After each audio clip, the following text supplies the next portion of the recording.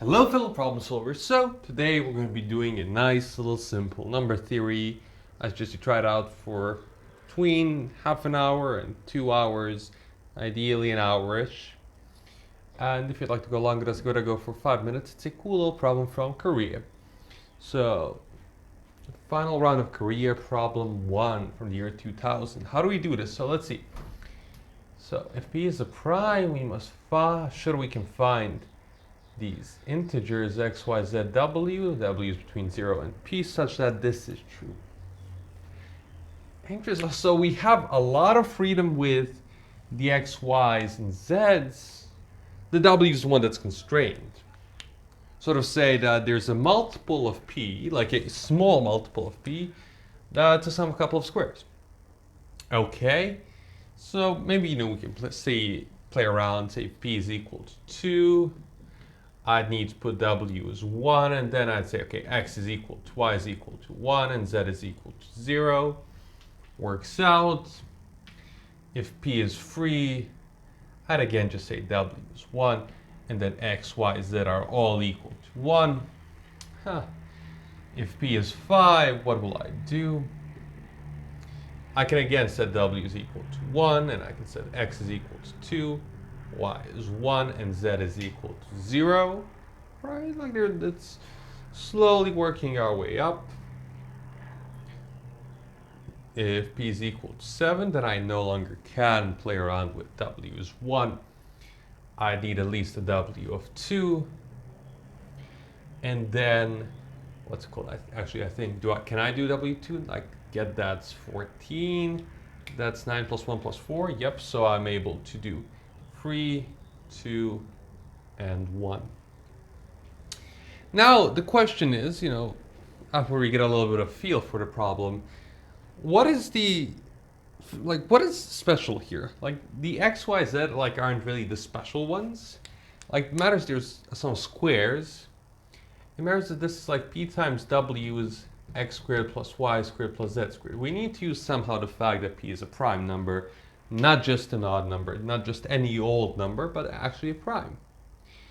And if we have squares here, how are we going to deal with that? You should pause maybe for 3 minutes and try to think about that, because the answer is, well, let's think about quadratic residues. Like, this is x squared is congruent to minus y squared minus z squared, modulo p, where x, y, and z are kind of small, right? These are small quadratic residues, because that's what we'll be focusing on, really. X, y, and z, like this is less than p squared. That means that every single one of these is less than p squared.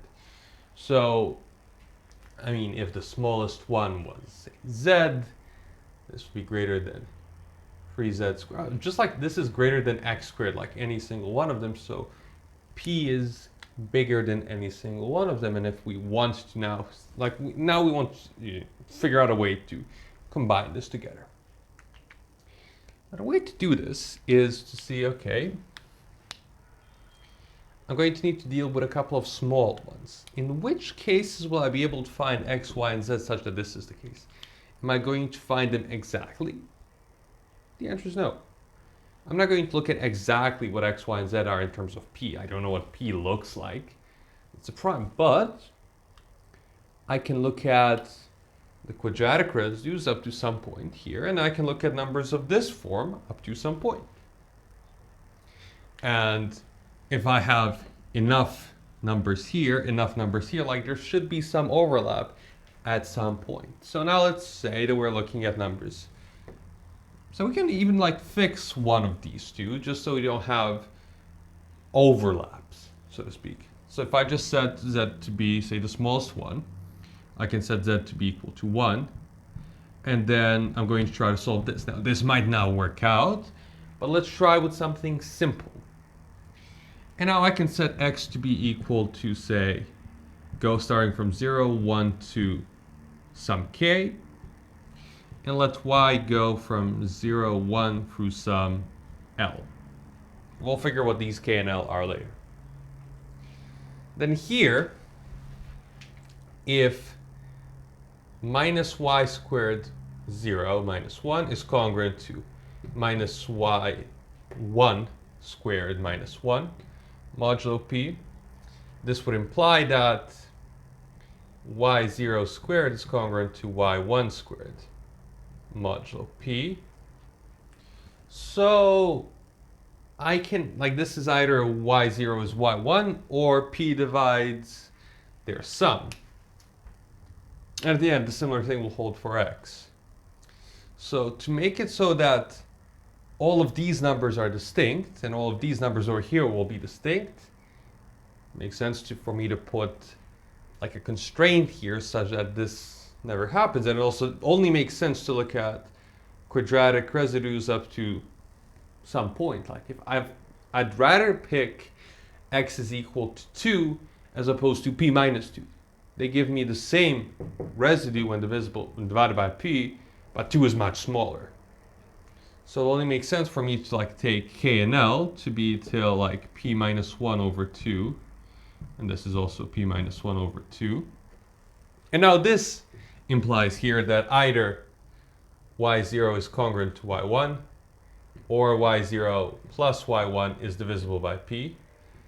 But y0 plus y1 is strictly less than is less than or equal to p minus 1 over 2 plus p minus 1 over 3. Actually, let's do p minus 1 over 2 twice, which is equal to p minus 1. And that's strictly less than p, and it's greater than 0, so we will not have this thing be true ever. So all the x's are distinct, all the y's are distinct. How many numbers do we have on this side? Well, from 0 to p minus 1 over 2, we have a total of p plus 1 over 2 numbers here. A p plus 1 over 2 numbers that we'll get from the x squareds, right? And they're all distinct, all the numbers of this form, for our x is 0 through p minus 1 over 2 are distinct. And all the numbers of the form minus 1 minus y squared, where y goes from 0 to p minus 1 over 2 are distinct. So that gives us a total of p minus 1. That gives us a total of p plus 1 numbers. Okay? Now, pause for 2 minutes to try to finish the problem up. And I hope that you've paused, because what you do here is you say, okay, we have p plus 1 numbers in total.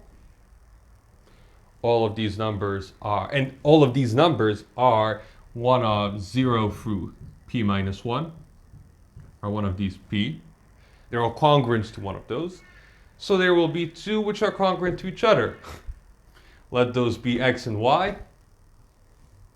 And now we're done. Like, then there exist x and y such that this is the case, modulo p. And now we have that p divides x squared plus y squared plus 1 for those x and y. And this x squared plus, and now p times w is equal to this.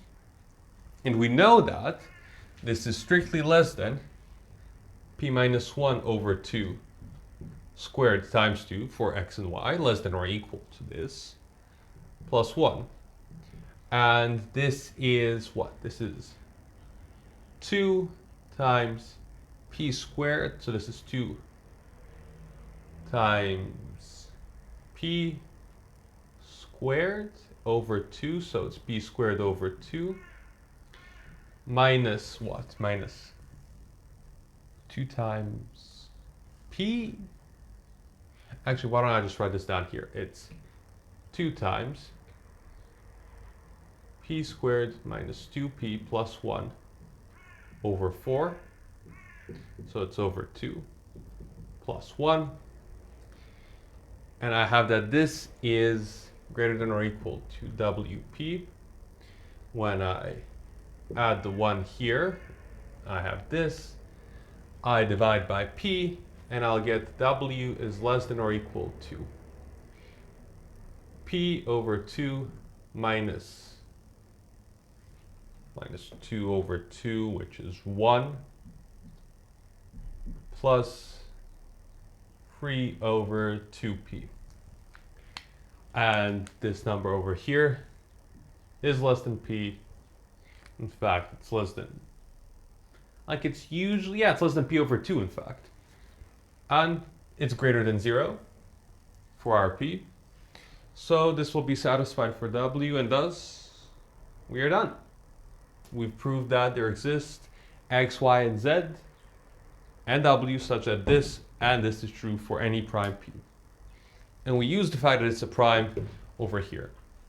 This is a technical number theory problem trying to show you this, playing around with residues and quadratic residues, in fact, how you want to have a complete system of residues, or have a lot of them, to have to be equal. That it doesn't really matter whether this is going to be 8 is congruent to minus y squared minus 1. Doesn't matter if this is 8, 9, 11. You don't need to think about that for the prime, but rather you look at it in general, and it forces some things to happen in specific because of the application of a pigeonhole principle, right? P plus 1 numbers, P possible residues, 2 are the same. This finishes up our problem, and as always, thanks for problem solving.